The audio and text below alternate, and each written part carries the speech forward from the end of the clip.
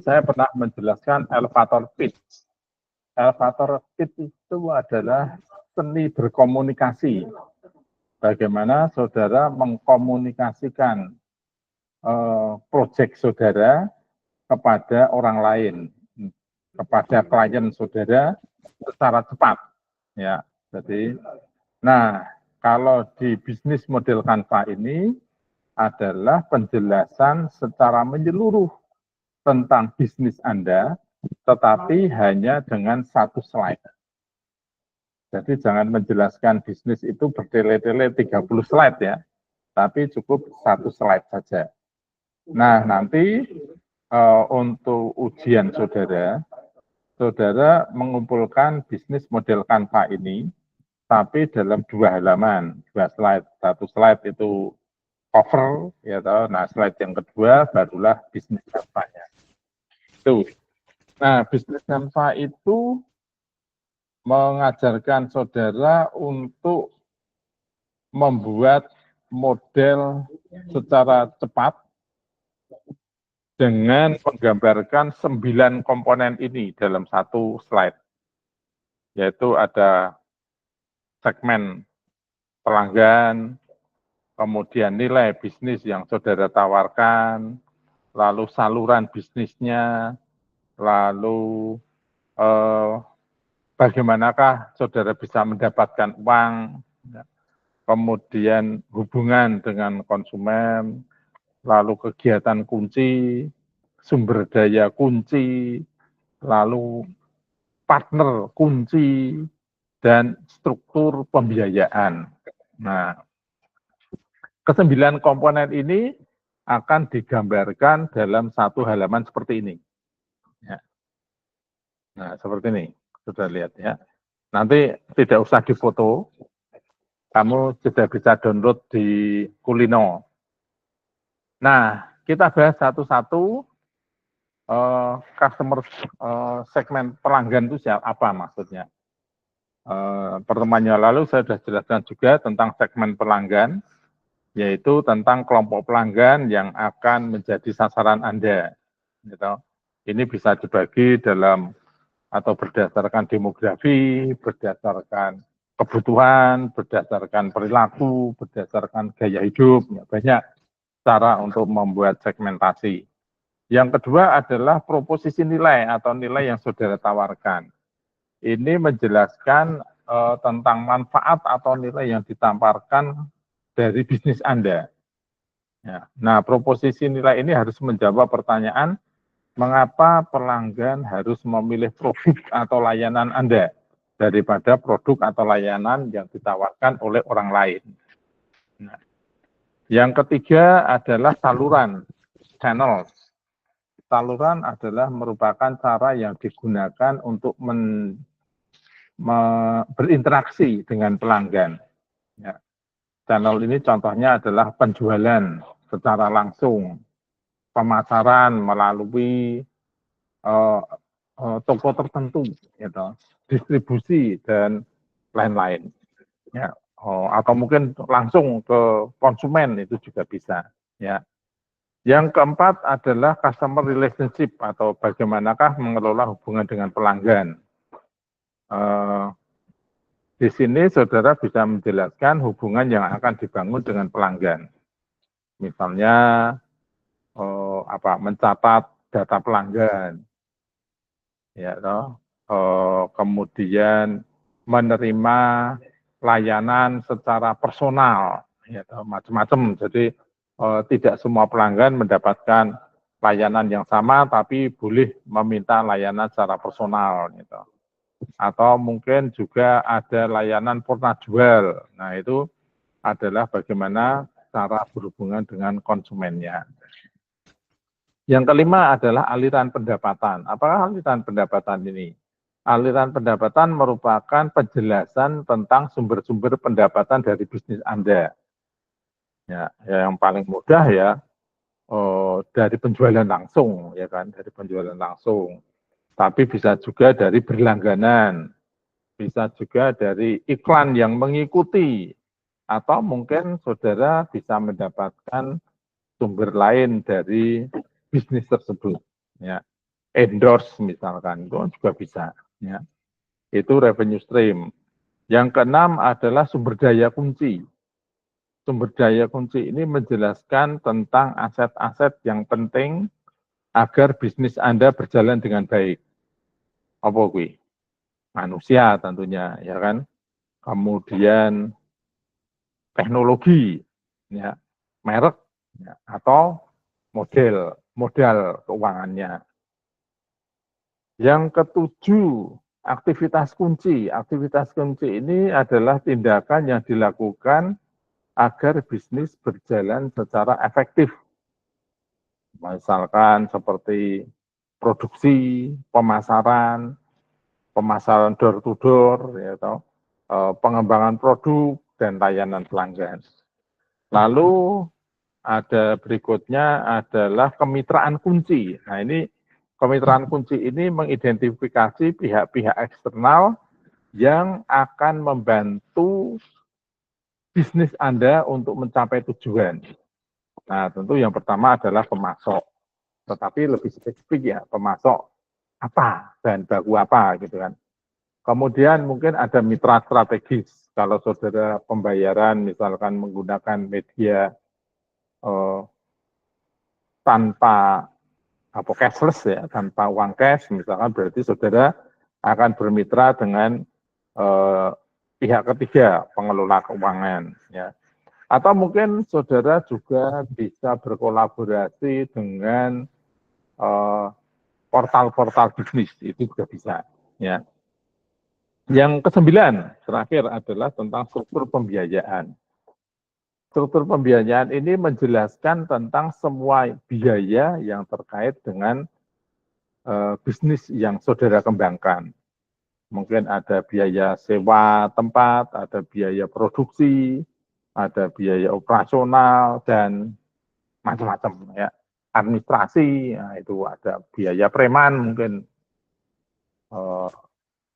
Nah, contohnya, oke, sebentar, contoh dari bisnis ini adalah, mana.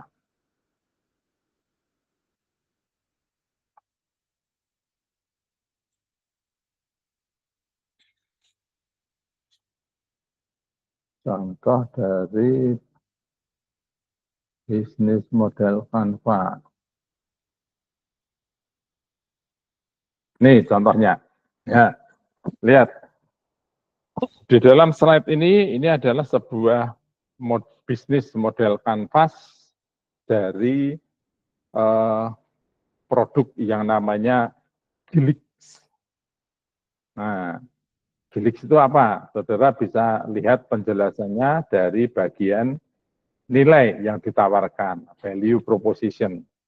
Nah, di situ terlihat bahwa Gilix ini singkatan dari getuk isi lembut es krim tambah es ya. Getuk isi lembut ice cream. Nah, kok diulak-walik Pak? Ya enggak apa-apa, namanya istilah itu yang penting menarik. Gitu. Nah, Gilix adalah modifikasi pangan lokal, yaitu geduk goreng yang dipadukan dengan es krim. Ya. Mungkin ini bentuk lain dari yang namanya es krim goreng. Ya, kan ada es krim goreng tuh.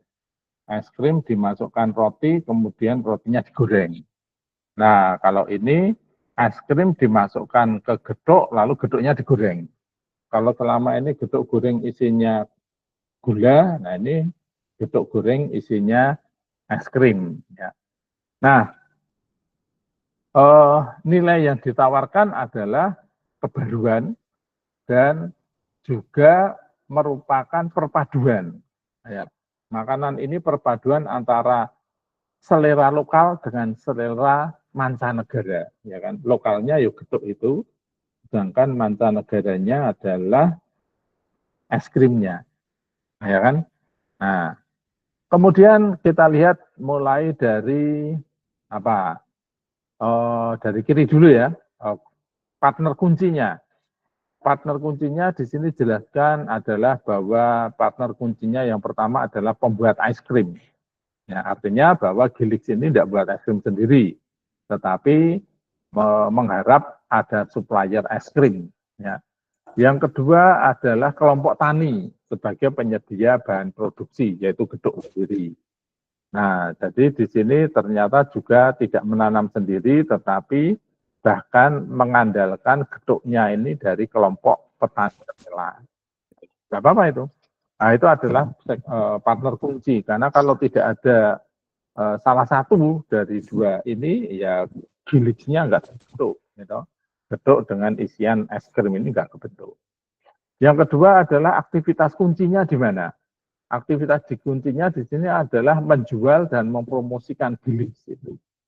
Ya, ada dua, menjual, nah, tentunya ditambah lagi adalah memilih bahan. Ya, mungkin kalau ini dianggap kunci, bisa saja. Artinya kita tidak menerima pasokan getuk atau pasokan es itu begitu saja, tapi kita menerapkan standar tertentu. Sehingga kita perlu ada proses kunci, yaitu memilih bahan baku. Memilih bahan baku. Yang kedua, kemudian kita mengolah atau memasak, dan yang ketiga, kegiatan yang ketiga adalah menjual. Ya. Kemudian yang kelima adalah mempromosikan atau memasarkan. Itu kegiatan kuncinya.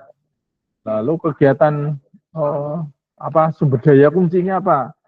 Sumber daya kuncinya ya yang pertama adalah manusia. Siapa itu? Pengrajin geduknya, ya, karena kita menerima itu tidak dalam bentuk ketela, tapi kita menerima dalam bentuk geduk, maka ya kegiatan yang pertama yang merupakan sumber daya utamanya adalah kelompok wanita sebagai SDM dalam proses produksi. Nah itu manusianya. Yang kedua adalah sumber dananya.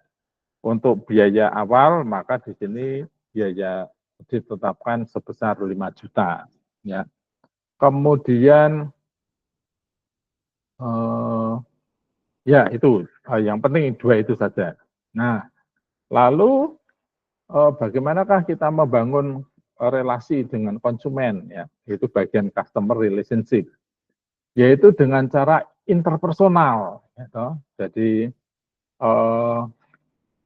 dengan membuat event-event khusus, misalkan. Sehingga secara tidak langsung konsumen akan mengingat brand dari Gilix ini. Ya. Ini kemudian memberikan promo. Nah, mungkin kita akan mencatat nama pelanggan, lalu kita berikan promo. Atau mungkin kita memberikan promo setiap bulannya, ya, penjualan bandit misalkan. Nah, itu customer relationship-nya, bagaimana upaya kita atau upaya yang kita lakukan untuk bisa tetap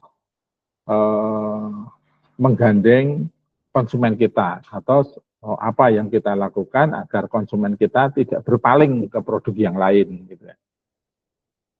Yang berikutnya adalah penjelasan tentang channel. Bagaimanakah cara menghantarkan produk ini sampai ke pelanggan atau sampai ke konsumen? Yaitu ada yang indirect dan direct. Yang tidak langsung adalah membuat video, ya, dan kemudian dari tontonan video itu bisa nge-link ke produk. Lalu kalau yang directnya, ya, directnya adalah ya jualan keliling dengan membawa sepeda misalkan, ya, sepeda roda 2, menggunakan sepeda, kemudian yang menjual itu menggunakan pakaian yang lebih atraktif sehingga menarik orang lain. Lalu juga kita bisa menggunakan media-media sosial yang ada seperti TikTok, seperti Facebook, seperti Instagram, ya itu kita bisa gunakan untuk memperluas atau mempopulerkan dari Gilix itu. Nah, lalu siapakah segmen yang kita tuju? Nah, di sini dijelaskan ada dua. Yang pertama itu adalah wisatawan lokal dan wisatawan mancanegara yang mengunjungi daerah Yogyakarta. Jadi jangan ragu untuk menawarkan makanan lokal, karena orang itu kalau datang ke satu negara yang diinginkan adalah sensasi orisinil dari negara tersebut. Jadi mungkin tidak mau tidur di hotel, karena kalau tidur di hotel manapun seluruh dunia ya rasanya sama. Tapi mungkin tidur di pondokan orang, ya kan. Lalu makan ya makanan lokal, ya seperti saudara nanti kalau piknik misalkan keluar kota, ya jangan cari soto Semarang gitu kok, sini. Saudara piknik ke Manado ya carilah soto, kok soto Manado, nah, ya masakan Manado lah, rica-rica. Rica-rica kan tidak harus babi, gitu. Ada rica-rica ayam, ada rica-rica ular gitu ya mungkin ya. Ya, tapi jangan cari soto, mana soto Semarang ya. Lucu, sado-sado dengan Manado, mana yang soto, lucu ya. Jadi harus membuat merasakan suasana lokal. Nah itu mengapa getuk ini ditawarkan kepada turis gitu. Oh, turis mesti senang. Jangan ditawari roti, mereka udah tiap hari makan roti. Ya. Yang kedua adalah remaja, ya, yang suka es krim itu remaja. Oh, kok tidak orang tua Pak, kan ada geduknya. Bahkan geduknya ada es krimnya. Kalau orang tua kan malah giginya nanti sakit ya kan.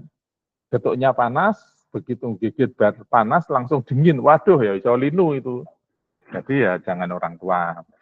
Kecuali orang tuanya redung geragas serak apa. Itu, nah dari customer segment ini kita sudah tahu ya gayanya yang akan nanti kita tawarkan itu bagaimana. Nah berikutnya adalah penjelasan tentang struktur pembiayaan. Untuk membangun bisnis ini itu diperlukan biaya apa saja. Nah, yang pertama ada pembagian biaya yang tetap dan biaya yang tidak tetap. Biaya tetapnya adalah sewa tempat. Loh Pak, ini kan di rumah sendiri. Oh ya memang, meskipun di rumah sendiri, kamu harus mengontrak rumah kamu. Ya, jadi jangan karena di rumah sendiri lalu tidak dibayar rumah kamu, rugi. Ya, meskipun yang mengerjakan kamu juga harus mendapatkan ongkos, ya toh, ongkos kerja itu kamu harus hargai. Ya, kalau kamu menggunakan air dari rumah kamu, ya airnya tuh ya harus bayar. Listriknya harus bayar. Ya, jadi tidak bisa hal-hal itu kemudian ditiadakan karena kamu di rumah sendiri. Ya. Lalu yang kedua biaya pemasaran, ya, karena ini makanan yang belum banyak dikenal. Nah, jadi saudara harus ada upaya untuk memperkenalkan. Ya. Lalu ditambah satu lagi secara standar akuntansi adalah biaya penyusutan. Biaya penyusutan ini adalah hitung-hitungan bahwa setiap barang yang saudara gunakan itu nanti akan tidak bernilai lagi sehingga harus diganti. Nah, untuk itu maka kamu harus mengeluarkan biaya yang kemudian biaya itu nanti terkumpul untuk membeli yang baru. Misalkan dalam hal ini adalah kompor misalkan ya. Nah, kompor itu kamu beli pertama dengan harga berapa ini? 2 juta. Oke. Nah, saudara harus tetapkan penyusutannya. Mungkin penyusutannya dalam 1 tahun adalah 50%. Berarti tahun kedua harga kompor ini tinggal 1 juta. Tahun berikutnya tinggal 500.000. Tahun berikutnya tinggal 250.000. Sampai dengan nilainya kecil, berarti 0 gitu. Maka itulah saatnya saudara untuk membeli kompor yang baru. Kalau saudara tidak sisihkan biaya penyusutan ini, maka nanti tidak akan pernah membeli yang baru. Ngerti-ngerti rusak, wis lanjut duit. Ya. Jadi memang harus dilakukan hal ini untuk meyakinkan, memberikan jaminan bahwa saudara akan memperbarui peralatan-peralatan yang digunakan. Karena semua peralatan itu pasti akan rusak pada waktunya. Yang kedua, variable cost. Variable cost ini adalah biaya yang tidak tentu. Ya. Kalau tadi biaya sewa kan pasti bisa setahun itu sama. Ya. Tapi biaya yang variabel ini adalah misalkan biaya produksi. Ya, mengapa dianggap bukan biaya yang tetap? Karena mungkin produksi kamu ini tidak tetap, ya kan, berubah-berubah, kadang banyak, kadang sedikit. Nah, ketika banyak dan ketika sedikit itu, maka memungkinkan untuk jumlah biayanya juga berubah. Juga biaya tenaga kerja, ya mungkin kamu menggajinya orang itu harian, upah harian. Nah, ketika produksinya banyak, saudara meng-hire banyak orang, maka tentu butuh biaya untuk upah lebih banyak daripada ketika saudara produksinya sedikit dan menggunakan orang yang lebih sedikit. Itu dari struktur pembiayaan. Nah, yang ke-9 terakhir adalah pendapatan. Nah, dari produk ini saya bisa dapatkan dari mana saja sih. Nah, yang pertama ya dari hasil penjualan. Yang kedua, penjualan juga. Jadi cuma satu dong ya. Jadi ternyata pendapatannya hanya satu, penjualan. Ya, mungkin untuk saat ini saudara hanya akan mendapatkan biaya itu dari penjualan saja. Nah, tetapi bisa juga sih sebenarnya kalau saudara mainkan misalkan tentang kemasan itu atau pembungkus ya. Jadi kalau saudara jualan biasa, orang hanya membeli biasa, maka kemudian saudara berikan kotak yang sederhana, kotak plastik yang transparan itu ya sudah pakai itu saja.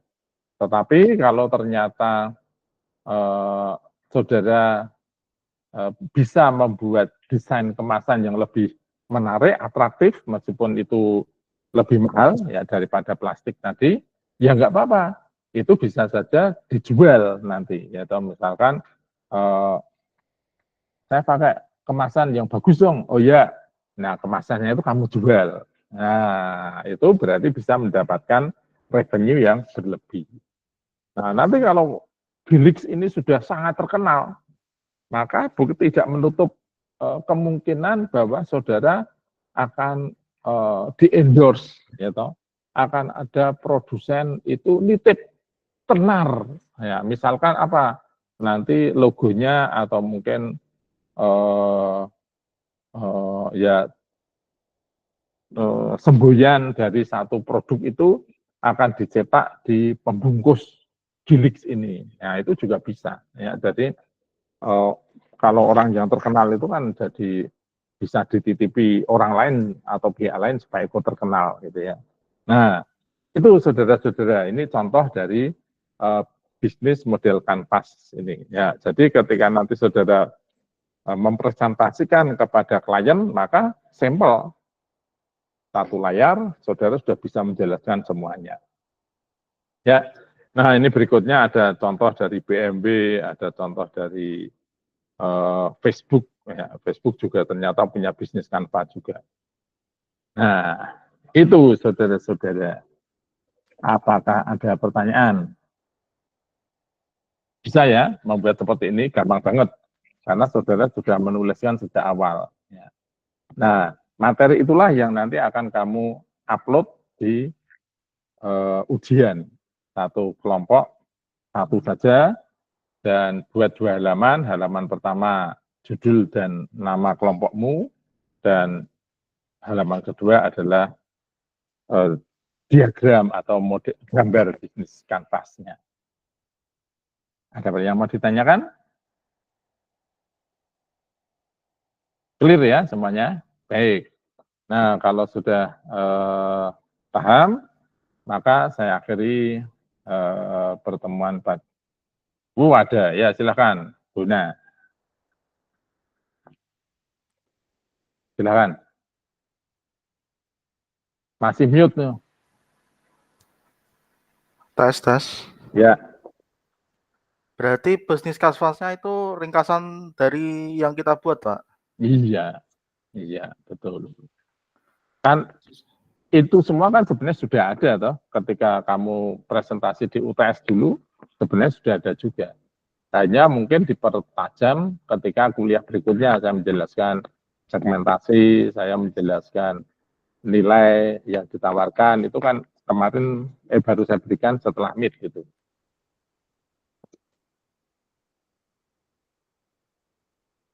Ya, cukup jelas ya, Bunda? Oke, silakan, Selomita. Permisi Pak, absennya belum ada ya Pak? Ah, masuk. Belum Pak. Bentar.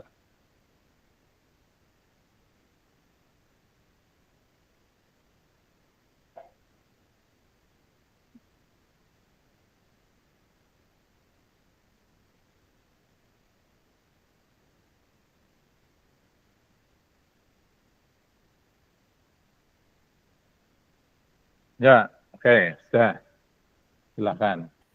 Terima Oh, kasih Pak. ya. Ada lagi yang mau ditanyakan? Cukup? Oke, kalau cukup, saya akhiri pertemuan pagi ini ya.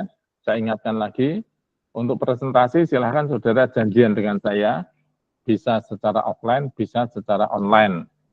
Ya, yang kedua, ketika jadwal ujian nanti, maka salah satu perwakilan saya minta untuk mengupload bisnis model kanvasnya.